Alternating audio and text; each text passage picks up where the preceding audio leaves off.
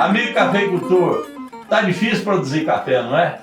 Essa safra 23 está uma safra muito diferente e nós vamos falar muito sobre ela. E o que esperar da safra 2024? Para falar sobre esses temas, eu vim aqui na Cochupé, na Matriz. Quem me recebe muito bem aqui pela Cochupé é o Guilherme, que é o responsável pelo geoprocessamento da Cochupé. Quem nos acompanha é o professor Zé Donizete, palestrante consagrado, um grande amigo que sempre nos atende. Muito obrigado, professor, de estar junto com a gente. Ô, Luiz, eu agradeço o convite. Para mim é uma honra e um prazer enorme estar aqui com vocês, falando exatamente sobre o tema que há muito tempo, desde 2020, nos acompanha, que é esse clima que é seguido por vários extremos climáticos, né? A situação não está fácil. Assustadora, eu diria, professor. Muitas lavouras sentindo muito. Então, é esse o tema que nós vamos explorar. Assista até o final, que eu tenho certeza que vocês vão gostar.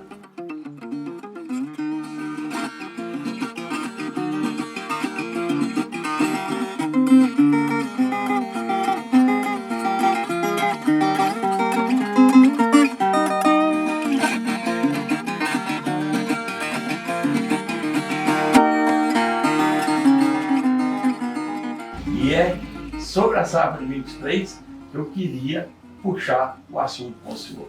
Como que nós temos que falar dela? Desde lá do crescimento, né, professor? Vamos voltar para quando? A safra que nós colhemos ela é resultado daquilo que aconteceu nos últimos 2 anos.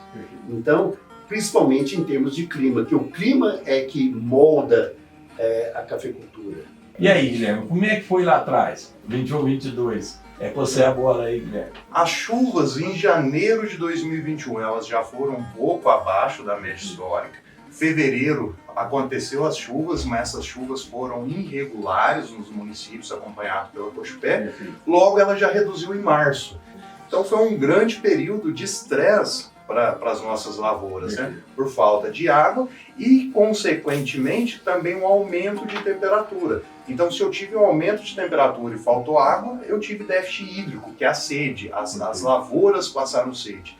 E para piorar ainda mais, em julho de 2021, nós tivemos 3 cenários de queda de temperatura, 3 geadas, que também comprometeu a fisiologia das lavouras e a redução da área foliar. Então as chuvas começaram em setembro de 2021, no final do mês, no segundo e terceiro decêndio. A gente teve um volume de chuva considerável, só que muitos dias com chuva, que reduziu a luminosidade.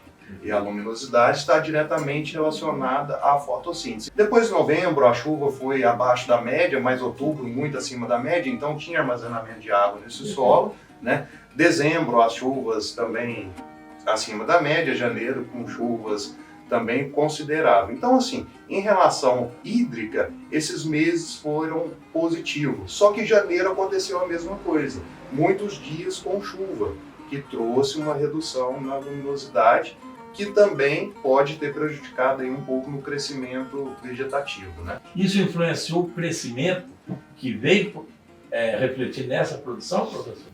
As chuvas, elas chegaram atrasadas. As chuvas vieram mesmo a engrenar, mesmo, a acelerar em outubro. E aí chegou logo novembro, nós tivemos uma época fria também. No segundo semestre, na primavera de 2021, o crescimento vegetativo, nós estamos falando de crescimento vegetativo porque é essa parte do ramo que vai produzir agora em 2023, que nós produzimos. Então o crescimento vegetativo ele já começou mal.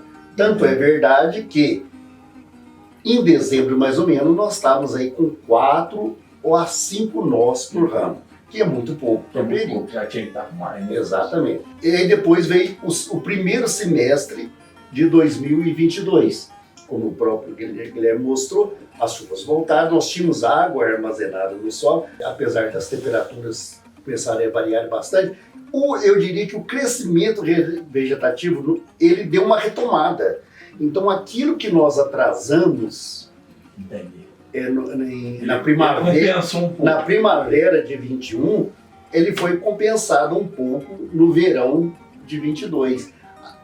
Tanto é verdade que no final do verão de 22, os ramos estavam mais ou menos com uma média aí de 8 a 9 nós por ramo. Certo. Isso Não, é bom, né? é muito bom, isso é muito interessante, porque na média, cada nó significa de 4 a 6 sacas por hectare. Entendi. Vamos falar depois do crescimento. Vamos falar quando definiu as gemas, como é que foi o clima. Depois, a partir de março, abril, maio, logicamente há uma redução nas precipitações, né? Certo. Em alguns momentos foi registrado algumas temperaturas altas durante o dia e baixa durante a noite, né? Então esse período de março, abril, maio, junho, julho foi um período de seca, né? Mas aí chega março, do ano passado, a chuva interrompe, e aí entra a fase de definição de gema. E aí, professor? Então, é importante esclarecer o seguinte, que já existem estudos que mostraram que essa iniciação e diferenciação das gemas florais, dependendo da região, ela ocorre entre janeiro a junho, Certo. com um pico, como você mesmo disse, em março ou abril. Muito bem. E nós temos, em média, 5 gemas, que são chamadas G1, G2, G3, G4, G5. E essas gemas, G1 a G5, elas se iniciam e se diferenciam em épocas diferentes. Entendi. Entretanto, as gemas G1 e G2, elas praticamente são elas que quantitativamente vão se diferenciar em gemas reprodutivas. Existem estudos mostrando que até 90% dessas gemas se diferenciam em gemas reprodutivas. Isso já é para a gente um alívio muito grande. Durante a evolução, sempre que há uma ameaça, Entendi. as gemas elas tendem a se reproduzir para gerarem sementes para perpetuar a espécie. Então, esses pequenos estresses do dia a dia, eles são favoráveis a essa diferenciação. Uma outra coisa que ajudou bastante foi aquele crescimento compensatório que eu falei, e isso fez com que o café enfolhasse, fizesse fotossíntese e gerasse um pool de carboidrato, não só nas folhas, mas também nos ramos, que são imprescindíveis para a diferenciação dessa gema no sentido de ser gemas reprodutivas. Então, todos esses fatores, os estresses ocasionais, que o Guilherme mostrou bem, e o estado fisiológico das lavouras, levaram a concluir que nós não tivemos problema nessa fase. Na hora dessa flor abrir, o que aconteceu com o clima, Guilherme? A primeira precipitação que aconteceu foi em agosto. No primeiro decêndio de agosto houve um volume de chuva. Não falando de 22, né? De 2022. Isso, já aflorada dessa não Isso. foi um volume de chuva considerável, mas foi um volume de chuva que fez abrir algumas flores, principalmente no final de agosto. Só que essas chuvas aconteceram só no primeiro decêndio. Então, no segundo e terceiro, ficou com falta de águas, né? E depois veio setembro. Setembro já houve um volume de chuvas acima da média. Só que essas chuvas aconteceram no segundo e terceiro decêndio. Então nós tivemos uma janela da primeira chuva de agosto para as chuvas em setembro em maior volume de praticamente 20, 30 dias de diferença. Então, professor, nós vimos que teve um crescimento, teve uma compensação, o início da definição de gema também não teve problema, e a fase final, e o pegamento. Muito bem, depois chegou aí o início do ano agrícola de 22 e 23, Perfeito. cujos ramos que cresceram na estação passada iriam florescer agora. Então nós tivemos várias floradas. Muitas floradas aconteceram sob déficit hídrico. E isto afetou uma fase importantíssima do florescimento, que é a pré-florada. E o pegamento? Como é que foi o clima nessa fase importante que é o pegamento dessa flor? Depois, continuando o clima, né? Outubro foi um mês de muita chuva. Em novembro, as chuvas foram abaixo da média histórica. Porém, como outubro aumentou o armazenamento de água do solo, novembro não registrou déficit hídrico, então apesar de ter tido uma chuva abaixo da média, foi suficiente para atender a demanda, não faltou água. E dezembro as chuvas foram muito acima da média, com registro de 450, 500, 600 milímetros em dezembro. Mas teve um ponto que é bom a gente relembrar, que isso fez um estrago gigantesco na nossa área de produção, que foi chuva de granizo, além de um abaixamento na temperatura. E aí, professor, então tem esse vingamento, né?